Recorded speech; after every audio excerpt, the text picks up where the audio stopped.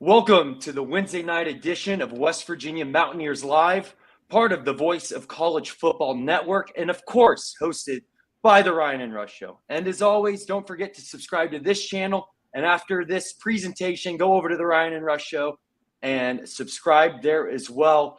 Ryan, it is a great week to be a Mountaineer. Hopefully, we're joined by the Wolfman here later on this episode. We'll see if he hops in or not. Of course, does the show at other times during the week. But let's get right into it, man. We're kind of that midweek. I kind of like this nice Wednesday night, closing off the week before, looking ahead, the week ahead, the start of Big 12 play. But I'll tell you what, man, eat shit Pitt. West Virginia, your hat says it all right there, Ryan. What a night, what an environment. West Virginia was clearly the better team. I know that, that first drive with Pitt, scoring the 3, kind of going out grinding, and then us turning over the ball, there was that moment of like, oh, come on, guys. But besides that, the score was a lot closer than it really felt.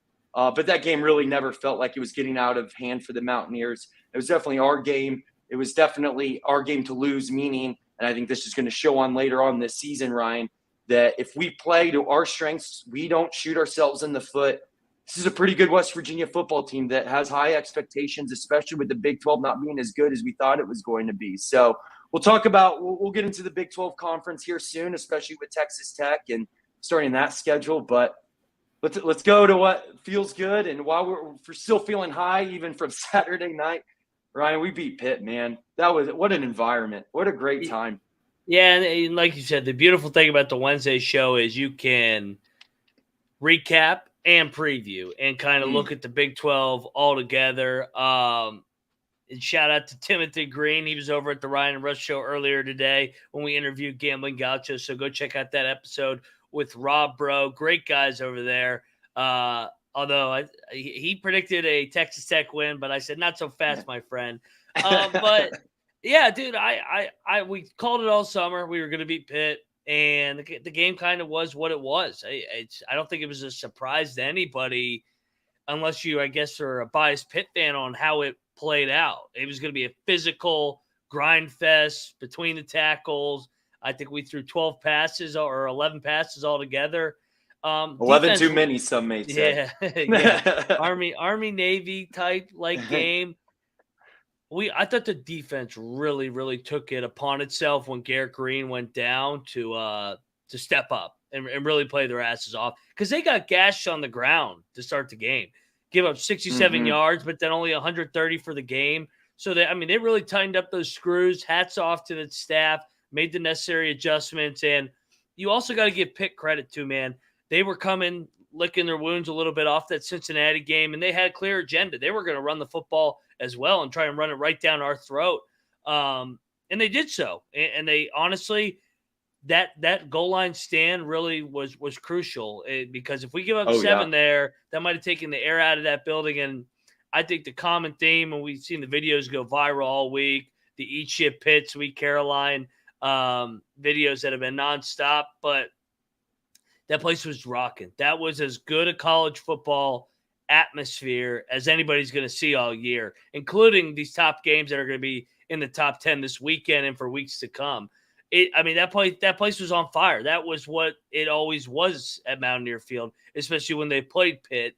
And it felt good to go back to the olden days and feel like a kid again. And I'm sure 60,000 people, no matter what age they were, felt like a kid in the 80s, 90s. Shit, some of you maybe in the 70s and 60s. So, yeah, man, it was a special night, and we waited 12 years too long to play that game, and we owed them one. We should have won last year, and they left for the ACC. I know we ended up all right. We ended up better in the Big 12, but we've been owing Pitt one for a while, and I think everybody let out their frustration in that Sweet Caroline 60,000 strong.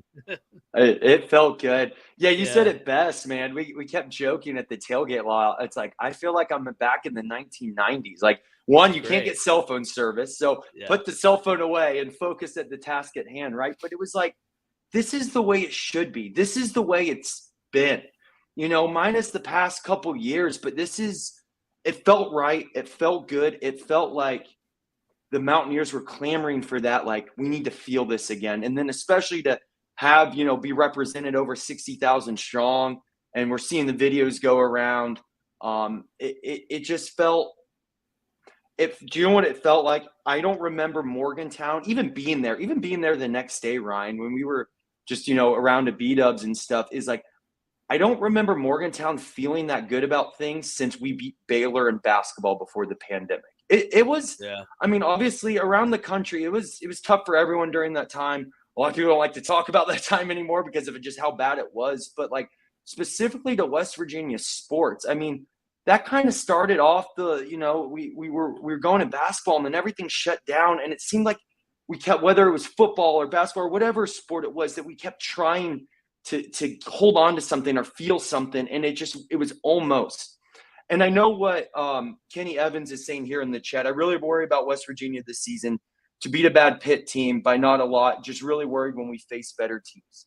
And I definitely know what you're saying from the surface, Kenny, is like that Pitt team was bad. Jerkovic, that is a terrible quarterback. It was. I keep joking around. It's like, dude, I might buy that jersey, man, because he might have been West Virginia's best player that night. But no, West Virginia had a lot of great players. That wasn't a attack at one of our players. It was an attack at Pitt. But here's the thing: when it's a rivalry game, throw all the records out. Throw whether one team's really good and one team's really bad, because we've been on the side of, well, both teams have been on the side of the other one being really good and then the other one coming along and spoiling a time. But it was more of kind of a hump we needed to get over. It was an energy feeling to show the crowd, to show everyone out there like, hey, this is West Virginia football and we can win. And I don't think that 17-6 score was really a true reflection of the game. I mean, a couple pick sixes. We talked about it, Ryan. We thought there'd be a pick six to end the game. And hey, it was close. It was almost there. I know towards the end, Neil Brown went for it on 4th down and almost got 3 points and, could have increased the score even more. But I think this is the one where you kind of just get the monkey off your back. And then now you go into Big 12 play and, hey, 1 week at a time, we got Texas Tech coming up. And Texas Tech hasn't proven anything this year. Yeah, they're due one, but don't get me wrong, Ryan. I mean, Neil Brown hasn't beaten Texas Tech yet. That's kind of the next monkey. I'm kind of, in a way, glad we're starting. Like, it's another home game. Like, you get another crowd like you did against Pitt. Yeah, maybe the energy's a little different, but hey, yeah, maybe it was a bad Pitt team, but don't look at it from an X's and O's standpoint. Look at it from an energy and a physicality and mental standpoint. And yeah, we got some monkeys off the back. So, hey, it's time to keep going forward. And I think this is the perfect time to play Texas Tech, especially in Morgantown. And real quick before I respond to that, Joey makes a good point. And before I forget, right now, get your West Virginia at the Voice of College Football merch and shipping is on us. And the link's right there below in the chat. So make sure you get over there. But Rush, I completely agree. I'd rather play Texas Tech first than Oklahoma State. And I know everybody's like, did you see Oklahoma State against South Alabama? I'd rather not have a look at it. This is not a letdown spot because, quite frankly, they kicked our ass the last 4 years. There's no secret about it. Neil has not beaten Texas Tech, and multiple reporters that were leaving the stadium late after they got done with their jobs that night, they said there was a car still there, and it was Neil Brown. Neil Brown's taking this Texas Tech game personally, just like all the West Virginia fans did for the Pitt game, because he worked there from 2010 to 2012. He's tired of hearing about how Texas Tech has handed it to us while he's been here. He's tired of everybody saying he's got to beat Pitt and Texas Tech to get off the hot seat. The job's not done for Neil Brown and this staff. No. This was just the start. Yeah, it felt great. It, like you said, the monkey off the back of beating Pitt and getting that bad taste out of our mouth from last year, because I think we all really were disappointed that we gave that one away in that national spotlight game to start the year, especially against them. But if we give away this Texas Tech game, and I know we're banged up, it's almost like it kind of negates the Pitt win in a way, other than just beating Pitt for pride's sake. We gotta get Texas Tech. We're at home. We're supposed to win this game. And I know the point spread will say Texas Tech is favored, but that's more of an overreaction to injuries. Texas Tech has not proven anything. They're a good football team. They're talented. McGuire's done a great job in just his second year. Tyler Shuck, the quarterback, but they haven't beaten the Division I team yet. And they went toe to toe with Oregon, but they couldn't find a way to win. Couldn't find a way to beat Wyoming. They beat Tarleton State, but right now we have more Division I wins than Texas Tech. I know it's a simple way of looking at it, but they haven't proven anything. They're still living off the preseason hype, in my opinion. Well, another thing too is look how great Penn State looks. I mean, that game is starting to look less and less like, oh, we were a little disappointed after that game. We weren't full like, oh no, here we go. But it was a couple like, what's going on here? And hey, Penn State might make it the top 4. When we had that guest on for the Ryan and Rush show previewing Penn State, it was like, hey, we feel this is our year, this is our type of thing. And now it's like, ooh, that West Virginia loss isn't looking as bad as it really was, especially when we were out there. But you bring up a great point, Ryan. It's kind of – this game's also beyond Texas Tech, right? But obviously Neil Brown has struggled against his old alma mater, Texas Tech, where he was an offensive coordinator there. But where else has Neil Brown struggled? Where have we missed games in the past? It's been these home games. This is kind of like – where like both of Neil Brown's problems are coming together at once to start Big 12 play. And yeah, we're banged up, but I'll tell you what, it's like, yeah, you're right. On paper, Texas Tech's supposed to be a good team. People had them going far. I had them going far. This seemed like Texas Tech's time. This seemed like Texas Tech's year. But I mean, that's why preseason polls. That's why the college football playoff doesn't do their poll till mid-November, right? Let's get sample size before we start handing out these All-Americans and these preseason polls and this, that, and the other thing, because they never live up to the hype. At least half of those are wrong in one shape or another.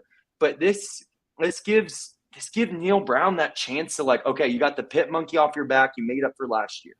Now you can get 2 more, and then you can ride into at TCU, Fort Worth, actually a game that Neil Brown's played really well in, whether that's been home or away. Even last year, got away at the end, but Mountaineers should have upset TCU last year. We won the year before in Fort Worth. That came, and who knows what's up with TCU's defense too. I mean, all of a sudden you get this game, you sneak away another game, you got to bye after that, and then we'll all get hyped for Thursday Night Football in Dana. But of course, one game at a time. But we'll let the coaches worry about one game at a time. We can fantasize and talk the whole schedule, but this is the West Virginia is in a perfect place. And they are where they need to be. If you told us, hey, we all projected it 2-1 after the war against Pennsylvania, right? After we play all 3 Pennsylvania teams, you'll be 2-1, and one of those wins was going to be Pitt. You would take it. Every Mountaineer fan would take where we are right now, without a doubt. Now let's keep going. Let's keep running. No need to slow down now, Ryan. No doubt, man. And we have our guest. He's waiting backstage. I'd say we bring him on. Yeah. Favorite man from the Wolfman Show, and Monday through Thursdays from 4 to 6 over here on the Voice of College Football, West Virginia Live. Wolf, what's up, man? How are you doing? How about the Mountaineers? Hey, how about those Mountaineers, huh? About smacking a little bit of Pitt Panther around and calling Panther piss. You know what I'm saying? It hurts, man. Anytime you can make Pat Narduzzi and take that stupid smirky smile off his face, love it, man. And you know what? It was a good showing. I got very much caught up in the emotion of the game. Didn't even really care about stats, didn't care about what was going on. It was the emotion of watching it and watching young brothers, for that matter, go out there and do what they had to do to become victorious. And that was a big deal.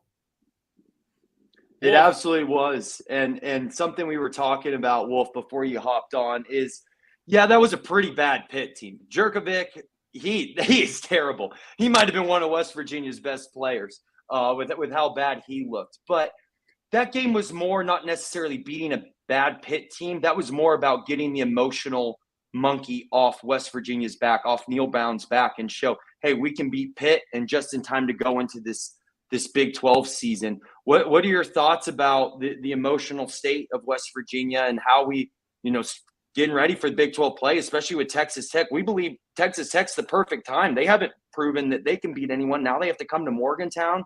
I mean, this could be a really great spot for the Mountaineers to take off. Yeah, it is. I think this is a game where Well, I guess I'm going to say rubber meets the road. Okay. Yeah. And the time is at Pitt. Yeah, we know what they may not be, and you're right about Jerko there, that he had a Jerko. And, but a lot of that had to do with Mountaineers, as Neil said, that being at his feet and moving around. And boy, he looks so unorthodox at 6'5". I don't know what I didn't know. At times, I did not understand and how he got to Notre Dame and to Boston College. I don't know, but that's another story. There are things. This could be a springboard, is what you're trying to get at, I think, for the rest of the season, starting off into the Big 12, man. And I just had my show today. I had what was it now? Ron from I just totally forgot his name. Excuse me, but I had him on from the Lubbock Avalanche Journal, and he's been covering Texas Tech for 36 years, and he's the main beat writer. Don Williams, there you go. Thank you so much. That's what you get when you get hit in the head so many times over the years. You tend to forget. But you know what? He talked a lot about this Texas Tech team, about Joey McGuire, the head coach. And I will say this is going to be a challenge. When I go ahead and I look at this a roster, I'm seeing a lot of seniors and juniors. I'm seeing a lot of COVID seniors, meaning 6-year guys, especially on defense. I'm seeing at least 5 of them. This is an experienced team. And so when you look at this, we can go down the list. I don't know what you guys want to do tonight, but this could be a springboard. But this is rubber meets the road. There are big things up at stake here. And I think also is you got to figure out, are they going in with number 1 quarterback or number 2 quarterback or 2 quarterbacks? Not sure what it could be. I know this, Neil Brown's 0-4. He's got a big old goose egg at where he really, made his mark, starting in coaching. And I think that's going to bother him a lot. I think it does bother him. So I think he's really looking forward, really working on getting a victory. Listen, guys, I think Neil Brown is right now, he is saying, okay, the season go one way, season go this way. Last year, I looked at that Pitt loss, and I think it kind of screwed things up a little bit for the Mountaineers. I think in their heads, I think if someone got down the road, I wonder if a victory would have helped. I would say Virginia Tech. Virginia Tech was a good win for the Mountaineers last year, and then it just kind of went downhill after that. So this is a big deal. Big 12. Here's the thing that hurt the Mountaineers last year in the Big 12 and Texas Tech, that 48-10 loss, was the secondary. Okay. Yeah. And the secondary had no idea what to do with that speed. And whether they were young, inexperienced, whatever it was, they were not. I mean, those wide receivers were playing on air, and it showed. So again, what's the secondary going to do this week? I kind of made me laugh though. Did you guys notice what Beatty Bishop said in his post conference? That he wasn't very good at his job. I mean, I'm like, dude, you guys just had 322 yards posted up against Penn State. Duquesne, you had a couple flawed moments. All right, take the victory, man. Keep your mouth shut and keep working, because you got some really big air teams coming in. Although I will say this, Texas Tech is not as air raid as it used to be with Kingsbury and Matt Wells. It is a more balanced attack, and we'll get into whatever you guys want to talk about. But yeah, you're right. This could be a great launch point for the Mountaineers. If it's going to be a launch point, it better be now. It better. Oh be. yeah. And it's perfect timing. So if Neil Brown and the Mountaineers can go ahead and capitalize on it, and it's a big deal. No doubt. Hey, Wolf, you played offensive line here. How much did you personally enjoy Saturday night of just saying, hey, we're going to run the ball, and we're going to run the ball, and we're going to run the ball once again? I mean, multiple guys going for big chunk plays. I mean, we only threw 11 passes the whole night. How refreshing was it to watch an old school kind of game like that in the year 2023? Oh, it was very satisfying because it was my team that was running the ball. It was my team that was, basically putting the foot on the throat and stepping on it and saying, "Not tonight, fellas," because you guys suck. All right, because that's what they're saying. And hey, guess what? We're gonna run the ball. Hey, guess what? Hey, we're gonna run the ball. All right. Wait a second. Did you hear us? We're gonna run the ball. There's not a darn thing you're gonna do about it because we're gonna suck up your will. We're gonna take away. We're gonna sap your energy. We're gonna sap your strength. And not only are we gonna do that, run the ball on that side, but we're gonna do it on the other side because we came here to play. And we just came here for a backyard brawl. I mean, I don't know how many backyard brawls you've been, but the ones I've been in, all right. And I'm not talking about pit. I'm talking about backyard brawl, man. I'm swinging, and it may not be pretty, man. And it might be a whole bunch of windmills going on, and some might be missing, some might be connected. But I mean, it's a brawl, and nobody ever gave style points. I think for a brawl, nobody said it was pretty martial arts competition. It was a brawl. And that means if you're going to bite his ankles to get him down, you're going to bite his dang ankles. So, again, that's what it was, a backyard brawl. And this is the year we took it. Again, I want to say is offensively, reducing them down and saying we're going to run, we're going to run, we're going to run. People just saw an old-style game of forcing your will upon somebody else's. And then they say, no mas, no more. I'm done because we just crushed you, okay? Let's go Zach Frazier. Let's go Doug Nestor, right? Let's go Tomas Remak. I love saying the name, Tomas Remak, right? And then you say, what's my guy? Wyatt. How could I forget Wyatt Milam there in left tackle? Yeah. And of course, you got Brandon Yates. Brandon Yates hasn't had a life pulse in 2 years, and now all of a sudden he's running around like he's 240 pounds. All right, instead of 300. I mean, he looks good. He looks like he's really coming around. So but let's not forget.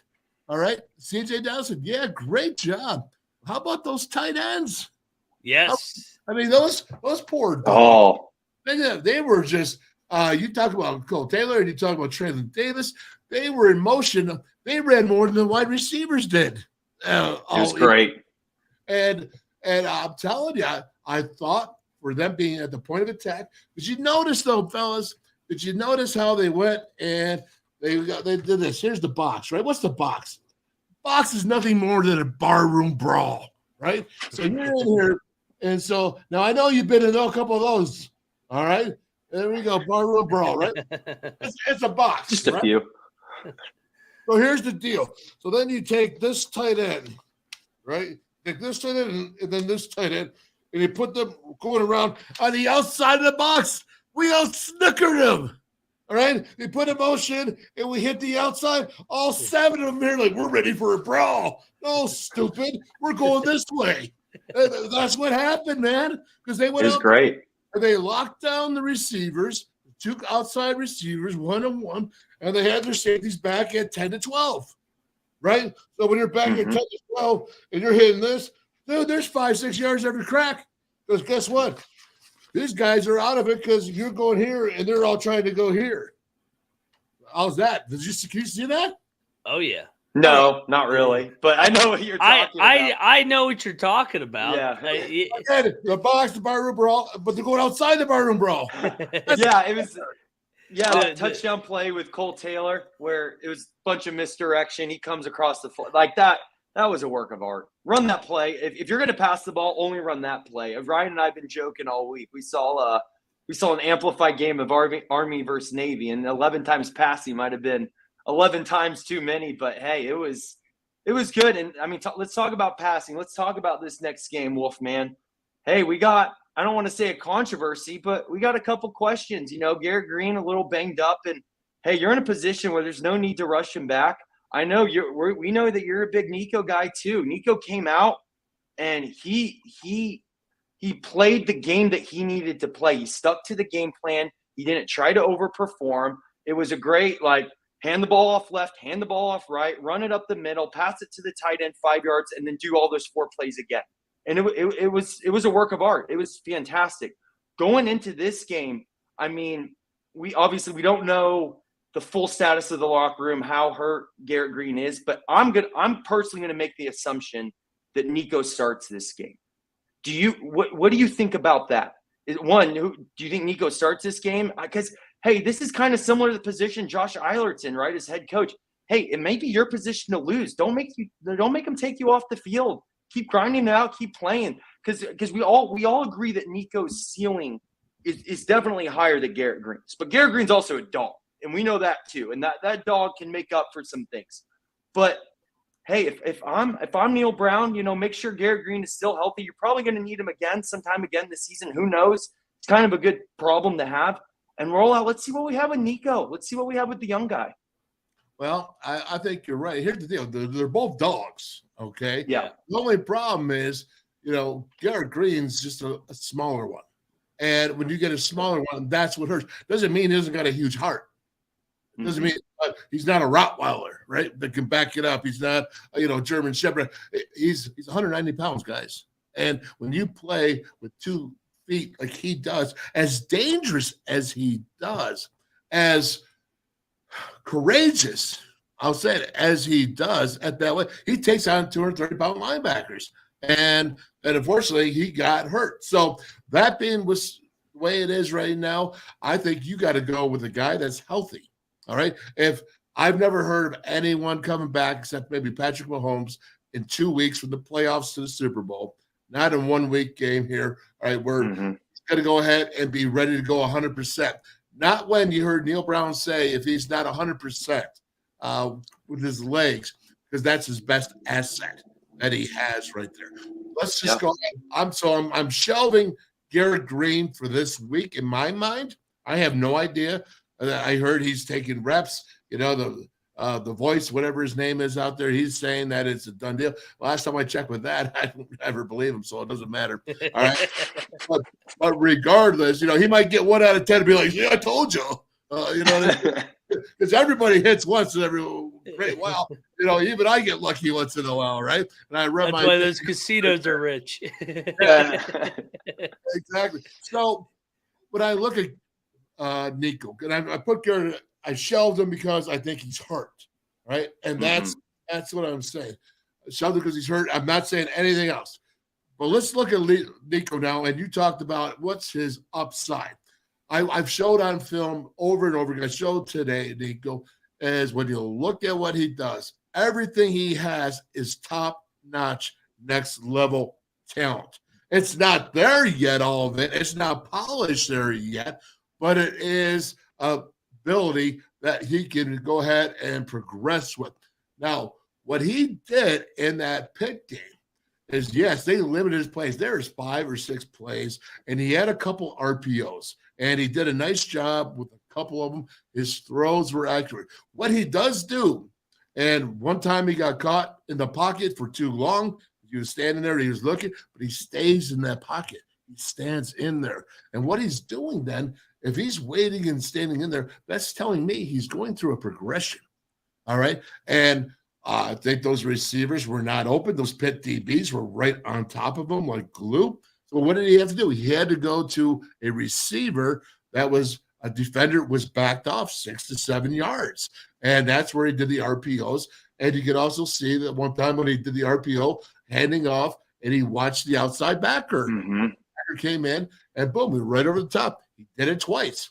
One time to Carter, with number 5 is Carter, right? And the other time was to Clement. Who I think is just, I don't know if he's conscious of the fact that he's a freshman or not, because he just thinks he's like king of the world because he's playing like, you know what I mean? He's playing like he's walking. He's got swag, man. He's got a strut to him, and he's got some step. I guess that's what happens when you get a scholarship right after a game. All cool stuff, man, and wonderful stuff. But Nico, I think he's very capable of, Markio with the RPO.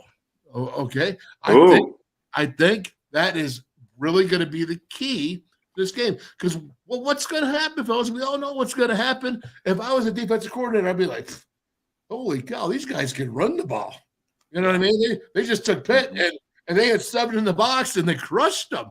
All right? They crushed them. Yeah. No, they were effective to the outside. I got it. But they got him. And so that means that we're going to say, okay, so we got to line people up in the box, and we got a freshman dude here, and we got 6 foot here. Check this out. This is really good stuff right here, man. All right, they got a 6'3", 220-pound corner. Okay, his name is Malik Dunlap. They have a 6'2" or 6'3", 250-pound corner, Rashad Williams. This is a huge defense. All seniors, 9 seniors, 2 juniors, and a redshirt freshman, and Ben Roberts, linebacker, that rotates in. That's actually pretty strong. I've watched the film. You know what they're going to do? They're going to go man coverage, and they're going to load that box. What do you do, fellas? What do you do? Well, I'll tell you what. First of all, is you're going to have to find a way to run against that box regardless, because you got, just like they did against 7, you got to find a way to go ahead and run. And I don't think that play is going to be as effective against Texas Tech as it was against Pitt, because Texas Tech, I think, has got a week to prepare for that run. You know what I mean? When I'm talking about pulling around. Yeah. Okay, but I like the misdirection concepts. Okay? I do too. Misdirection concepts. I like the fact that they're going pistol. I like the fact they're going under the center. I like the fact that they're going in the gun. Not all the time, just gun. Oh my gosh, I wanted to just go strangle somebody. Probably need me. I don't know. But anyways, I wanted to go ahead. I love you, bro. Don't get me wrong. He's a buddy, right? But I want to strangle him, all right? Because there's always gun, all right? But I love what they're doing. They're mixing, and they're mixing and matching.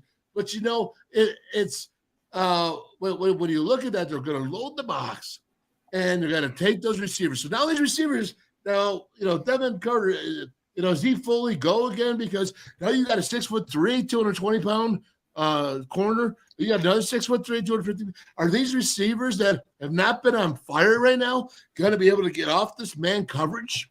So who's got to come to play in this?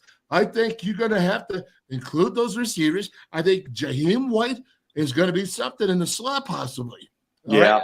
That slot going. Maybe you start using that to be a kind of a surprise to the Red Raiders, right? You get him rolling in there. You know he's got the skills. But you got to go to Cole Taylor. I want Cole Taylor, especially. Now, listen, this goes for both quarterbacks, Garrett Green or Cole. And did you notice how that first or the second play of the game, first play of the game, Garrett Green was under center, right? Like, whoa. Yeah. Second play, Garrett Green rolled out to Cole Taylor. They moved the pocket. I've been calling for that for years. Yeah, I've been saying that for years, right? I'm like on fire, baby. Yeah. Okay, so Cole Taylor, I need, and we need. That's a stupid thing. We need Cole Taylor to be a household name in Mountaineer Nation. Oh, yeah. We really need him to be very well known in the nation. Because if that's happening, that means that he's Nico's or Garrett's best friend. And that means that 6'7" dude with the long ass strides, all right? And DBs are not pulling him down on one person. It's gang tackling, but it's gang tackling 10, 12 yards down the road. And he has been the most dependable receiver to this point, even in Clement, all right? Even because Duquesne is Duquesne, all right? I'm talking about Penn State. I'm talking about Pitt. Now, if you can go ahead and you can do that, when he loads the box, then all of a sudden they got to start doing. If you can really, really take advantage of a receiver in a corner, going man coverage and working some man routes and individual receivers beating those man routes, then you can take the pressure off the run. But they are going to stop that run, and they're going to say, there's Nico or Garrett Green. They're going to say, you guys got to beat us. And you got to beat us through the air because we're not going to give you this run game. Now, Pitt tried to do the same thing, and it didn't matter. Yeah. Because we took their will and crushed it. And that's what the Mountaineers really ultimately want to do. This is a better Texas Tech team than the Pitt team. Mm-hmm. No doubt. Hey, and Wolf, let me ask you this. So Wyoming was able to run the ball on Texas Tech. They almost rushed for almost 200 yards, including 70 yards from their quarterback. Peasley, who didn't play against Texas this weekend, and then Wyoming almost won in Austin. You're talking about getting Cole Taylor even more involved. We saw the dummied down version for Nico when he came in. Now he's going to get a whole week of first team reps, knowing he's going to be the guy potentially this week. Do you think Neil and that staff's going to scheme some things up to get some early things and get him in rhythm? Because like you said, Texas Tech's going to stack this box. They got to loosen up that box a little bit with a couple easy throws, get Nico in rhythm, and then pound the rock. Do you see that? Do you see the game plan shaking out that way a little bit to start? If they don't, then they're foolish. Yeah. Okay? It's just plain and simple. You have to get this young guy. You got to get his nerves out. You got to, get him running, man. People sit there and they don't realize that Nico's 230 pounds, but he's still fast. He may not be slot receiver type speed of Garrett Green, which makes Garrett so effective. But come on, man. You got to be kidding me. Get in there and let that kid run. That kid, I told you, Nico, I showed it today. He should have pulled the ball 2 or 3 times. So that's okay. Let's think about it. Let's think about getting that better. Dude, you're going 25% of the reps, and all of a sudden, hey, Garrett's down on the 6th play, and he just bows out, and he can't go anymore. And so you're in. Whoa. I can't even, thank goodness you probably couldn't even think about it. Just get in there and do so. But now he's got the time. So he's got to be prepared. He's got to be ready. But make it easy for him to find that rhythm. Make it easy. If you go and you put him in a tough decision or you start making him think a lot right off the bat, I think that could only hinder what you're trying to do. Cole Taylor, I'll do a tight end screen. Do something. Slant across the middle. Do something. Maybe get in there a read zone. Let him go get hit. I mean, it's a one tackle we're talking about. Hopefully it doesn't get him hurt, because then you got to worry about your whole life if you're going to sit there and worry about that. It's just then you're going to get your freshman quarterback ready to roll. I mean, you might as well stick my can in there, because it won't be that much effective. No disrespect, just a young buck. You know what I mean? So with Nico, man, you got to get him in, but you gotta let him slide into it in an easy way. Get him an easy completion. Get him an easy handoff. Get him something where he can feel like, yeah, I'm good, man. Now game jitters are out. I'm in. Kind of like, a boxer. You've seen those boxers get punched in the face, and it actually gets them like fired up and going. It's like, all right, we got that one out of the way. Let's rumble. Wolfman, let me ask you something. Obviously, we were joking about earlier that Jerkovich sucks. Terrible quarterback. I have no idea how he got from Notre Dame to Boston College to Pitt. There were definitely plays, that he had open receivers, and it was just him playing bad. Like, he should have probably hit a couple receivers that quarterbacks will hit. Because it was just such an emotional game against Pitt, and it just felt like a great win, and you would just take that any way you could get it.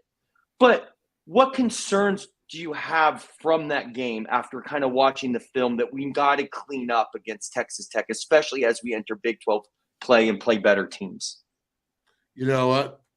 I got to tell you this, man, is that I got a lot of concerns. Okay. I was so emotionally involved.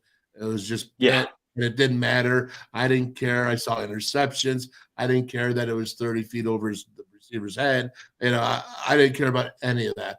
I was caught up in emotion. It was amazing. Come back watching the film, and, I will say this. I thought that they challenged more than they have been in the previous 2 games. I thought that they were doing more so than challenging, and I still think there's holes there. I think, you got one of the guys out now from Kent State that I'm trying to think of about the corner. He's out. Miller.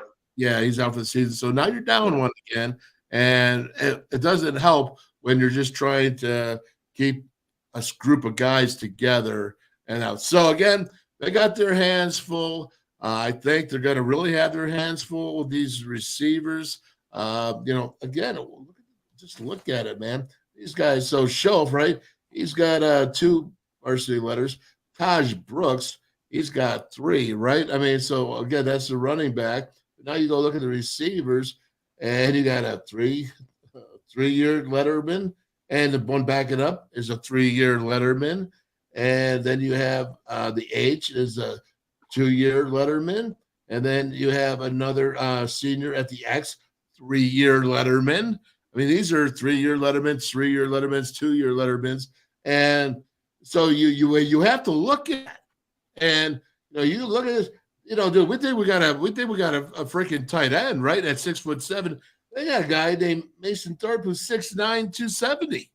I mean, I don't know if he can run, but he's 6'9". I mean, you want to talk about reaching to the stars to catch a ball, because I'll tell you what, you take Anthony Miller at 5'9" over there at a safety trying to cover 6'9", it's gonna look like Anthony Beck and me. You know what I mean? It would be like me, Anthony Beck, out there holding the ball up here, saying, trying to keep away from me, right? I mean, that's what the problem you have with the mismatch. So when you look at that, but all these varsity letters, I think there could be issues. I really do. Mm-hmm. So I am not convinced on the secondary yet. Now, I'm not trying to bust on them. I'm saying I'm not convinced. I've been saying all season, it's Missouri. It's show me. You got to show me what you got. I didn't believe in what they're doing against Penn State. I really was questionable about Duquesne. Now I'm looking at 8 of 20 with Jerko coming in there, and so I'm not gonna say he's the worst thing in the world for them. I'm saying is, hey, now we got to see. Show me State. Hey, Schoaf is a receiver or a quarterback that can throw the ball. Okay, he's played against Oregon. They were up at a time before losing by 8 to Oregon.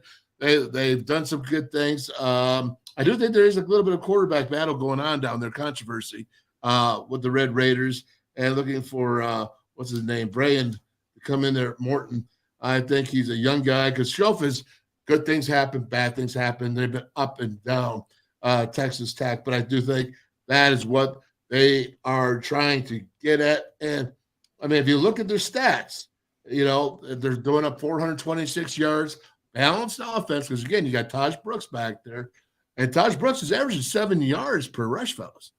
I mean, you got to think about it. That was through Wyoming. Wyoming's legit, at least for competition this year.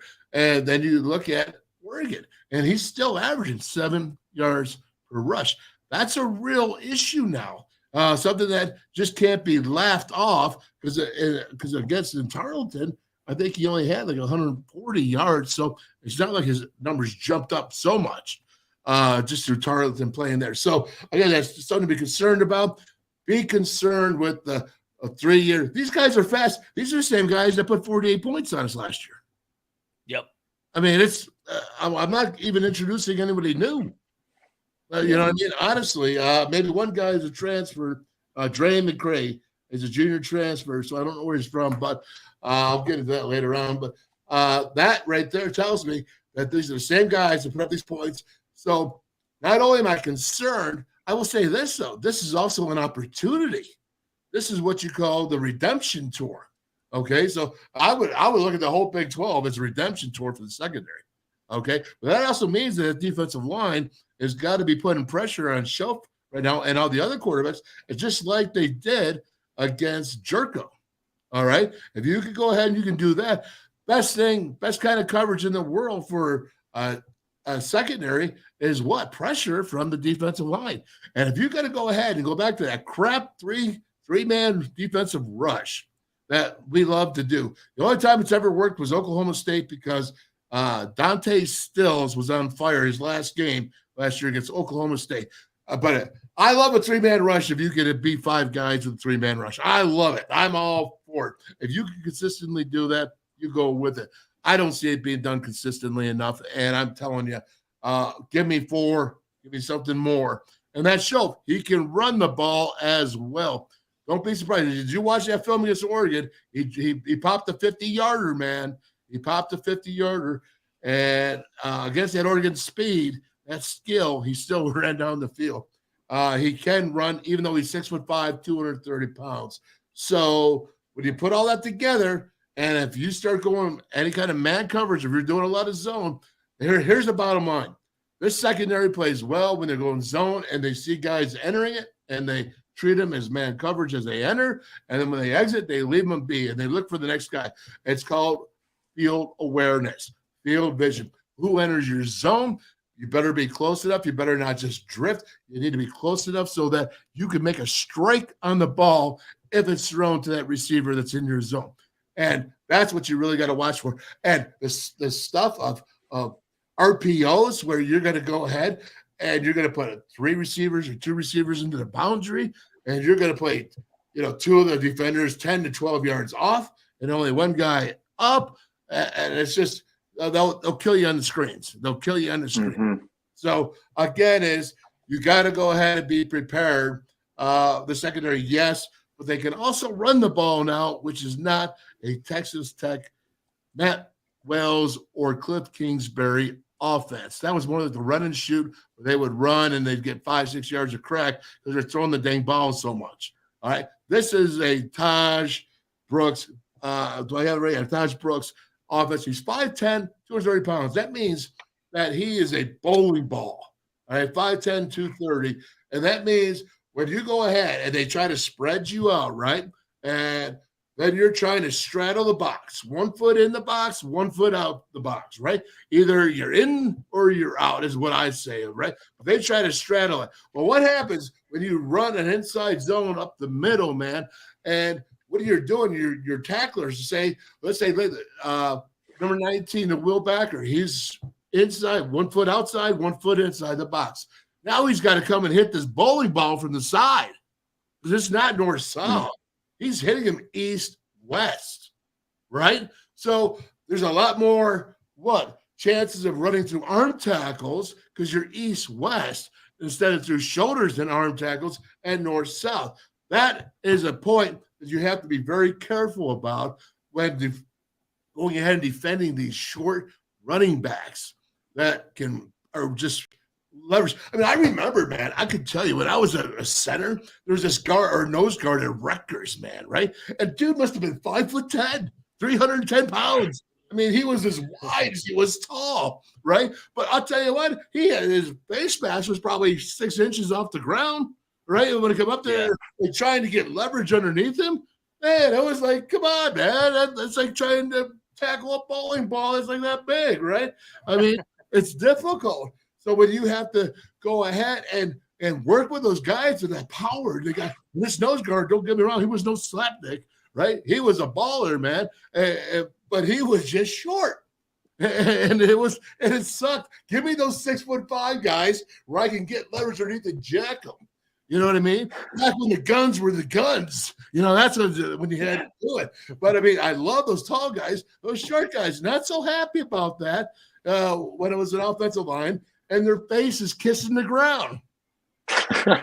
That's great. Hey, Wolf, real quick before we let you go, brother, you got a prediction for Saturday? Oh, I know people love predictions. Yeah, you know what? Here, let me rub this, and I'll say, it's cloudy. It's cloudy. It's coming clear. It's coming clear. It's a 6-point WVU. I'm taking WVU in the 6. I like it. Close There you game. go. It could be a war. There you go. Oh, yeah. I'm taking WVU in the 6, and that's what I'm staying with it. And to be quite honest with you, I think the only problem that WVU is going to have is that this is a whole entirely different offensive system that they're going to have to deal with.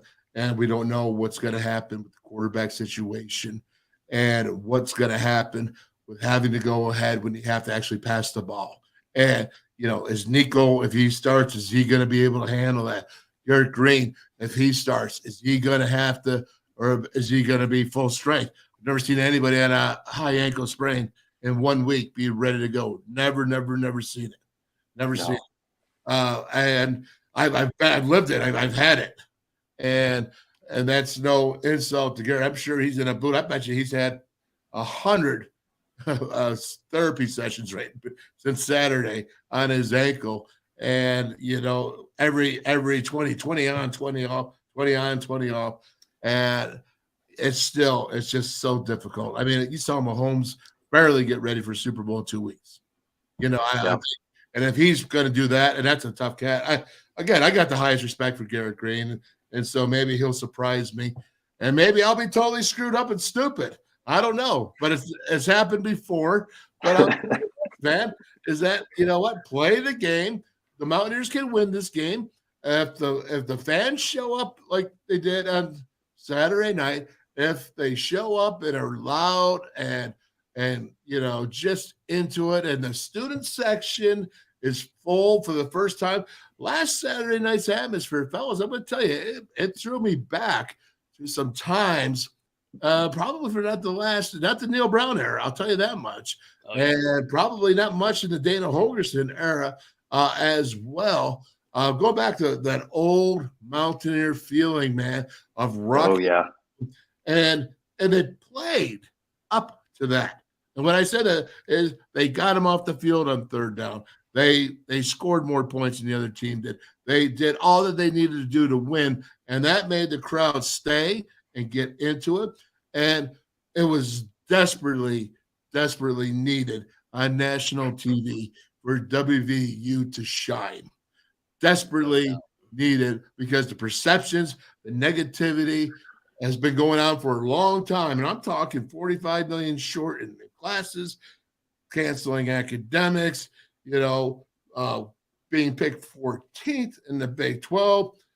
Your quarterback's 14th in the Big 12. Oh, by the way, your coach is 14th in the Big 12. I know that's just called piling on, you SOBs. Yeah. You SOBs. That's all that was. And everybody, hey, I'm a real smart dude. I'm a talking head. And I'm like, well, you know what? If you got the worst record, we got the 14th there, we're going to pick on you. And you got the quarterback, and now you got to go. Oh, by the way, you do have 3 offensive linemen that were picked to be first or in the all Big 12, right? I mean, we not have 3 or 2 anyways? Was White? No, with 3. Nestor was there as well to be in that. Well, you might have a chance. You might have a chance. And then those big hoggers, when you circle it and wrap it all up, to come right back to what you said, those big hoggers made a statement. And honestly, offensively, defensively, in those big hoggers, they won the game. No doubt. They did. Wolfman, thank you so much for coming on. Let's go Mountaineers, and hey, let's keep this going. Beat Texas Tech. Keep hope going. Keep it alive. Morgantown's a great place to be right now. Let's keep it. And let me tell you something, even though I'm taking 6 in Texas Tech, I'm telling you right now, is I believe the Mountaineers can win if they play well. I completely agree. I believe they can win if they play well. I also believe they can lose really easily as well if they don't. Yeah, that's completely fair. If it's up to well, do they shoot themselves in the foot or not?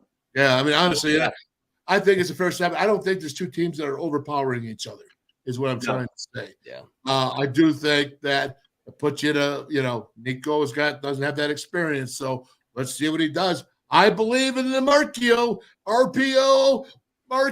baby. That's what it's all about. Yeah, and you go ahead, you can win it with that, and that's all I have to say. Brothers, thank you. It's a pleasure. Always a pleasure, Wolfman. And, hey, everybody go check out the Wolfman's Call Monday through Thursday, 4 to 6 over here on the Voice of College Football. Wolf, appreciate you, brother. Yeah, you guys. Thank you, Wolf. Yep, have a great night. We'll see you, man. Go Mountaineers. You too. Go Mountaineers. Oh, Ryan, a lot of good stuff from the Wolfman as always. The thing that caught me the most, and I completely agree with this, and I really liked your question a lot, is when you go out there, what are you going to do about it? And scripting, what is that first offensive drive script going to look like? And I really like getting Nico, hey, just go. Just run, just huck it somewhere. Of course, see what the defense is showing, see what weaknesses will be there. But hey, Ryan, I mean, the way the team's performing, we talk about it. If RPO Markiel, I love that nickname. That's a good Wolfman one.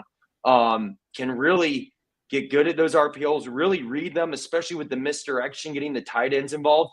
You can go out every play and basically have 3 plays and just read what the defense is doing and then just go to their weakness. So, hey, now that you got a week to prepare, get them involved early, and just, hey, let's go. Just get him hit. Like, he's right. It's obviously, don't injure him, but get hit. Get that one off your back and be like, ooh, settle in from there. I also think it's going to be another really, really good crowd. I don't think it'll be Pitt. Obviously, it's not 7:30 in prime time, but I don't think it's going to be a lackadaisical crowd. I think that place is going to be ready to go. There's some hope again, and I feel good. I think a lot of people are just assuming we're going to have a letdown spot, but it's the same crowd that picked us 14th in the preseason, and this team has gotten a lot better in 2 weeks, and it's time to take another step now that we're starting Big 12 play. Penn State's arguably the best team in the country. I mean, you could pick holes in Georgia, Alabama. You go down the list, Ohio State, Michigan. There's holes everywhere. Penn State, you could argue, is the most complete team in the country right now. And we were right there through 3 quarters, and then it got away late. So, I mean, in Happy Valley, and I think that's helped prepare us for the Big 12. The question definitely is have we gotten better every week, and does that continue this week? And I do think we have gotten better every week. There was just it's kind of weird. It's like every game, even that Duquesne game, after that lightning storm, they came back out. There's always that like one instance that like gets this team going, and I'm curious what it's going to be against Texas Tech. Hopefully, we don't have to worry about any instance. We just go out there and just start dominating, because like we keep talking about, we're catching Texas Tech at the right time. 1-2, haven't been lost to Wyoming at Wyoming, lost to Oregon in a game that they should have won. We were cheering for them, of course, as will cheer for the Big 12. But now they get to come to Morgantown, and Morgantown's a weird place. It's a spooky place that, hey, if we don't, going back to the hole, don't shoot ourselves in the foot. Don't grab one of their pistols there and shoot ourselves in the foot with it. Make them shoot you. But I don't think they can. If we play our brand of football and we play to our top, like I said, you can't make many mistakes, if really any at all, to beat this team. But hey, we play things right. Don't have the turnovers like we did, or at least I guess the one turnover last week. And don't let them come down driving early. I mean, you fix a couple of those things there, good things will happen. And I like it's a 3:30 game too. I do think the scheduling's been great for the Mountaineers. We haven't had a noon game yet, and it felt like we always had noon games, especially when we were students at West Virginia, Ryan. So it gives the crowd more time to kind of get amped up, get over there, Mountaineer Field. I mean, got to keep it going, especially for the fans out there. Let's keep going, Mountaineers. And hey, it's ours to lose. It really is. So just keep that mentality, keep doing the right things. Don't try to overdo anything. Neil, no need to go back to any bubble screens or any screenplays. We're done with those. So throw those out. Throw them all out. It's great not to see any. And let's beat the Red Raiders. Let's kick them while they're down, Ryan. Yes, and you can't give away all your keys to victory, Rush, because remember, tomorrow on the Ryan and Rush show, we do our keys to victory and final predictions. And hint, I think we both like the Mountaineers once again, but you got to tune in tomorrow at 5 o'clock. But yeah, the game – everything's right in front of this group, and they've done their job in the non-con to put themselves in a position to make a run in the Big 12. And looking forward to it. It all starts on Saturday. It all starts on Saturday. I mean, honestly, this is clean slate for good or for bad.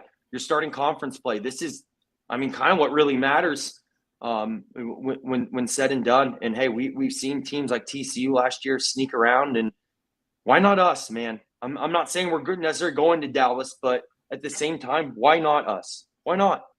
We're capable. Let's get this monkey off our back. Let's get going. The Big 12 is as open as it's ever been. So it's great schedule too. Saturday, man. Texas and Oklahoma are not as good as everybody's saying they are. Beware, one of them, maybe both, are going to get picked off this weekend. Oh. It's going to happen. They're both hitting the road for the first time in the Big 12 in their final year. We'll see. We'll see how they do, how good they really are when they hit the road for the first time in the Big 12. Couple of targets on both of their backs. It's going to be everyone's Super Bowl. So, no doubt. And I'm not scared going to Norman, but we'll get to that in November. We have this weekend first. But anyway, guys, love you all. Thanks for another amazing show. Again, we appreciate your support. Awesome to have all of you in the comments. Yeah, Rachel says that. Couldn't agree more, guys. Let's keep the W's alive. Let's keep them Let's alive, go, baby. And let's go Mountaineers. We'll see you all tomorrow at 5:00 over on the Ryan and Rush channel. Appreciate you all. See you guys. Go Mountaineers. Let's have some fun this weekend again. See you.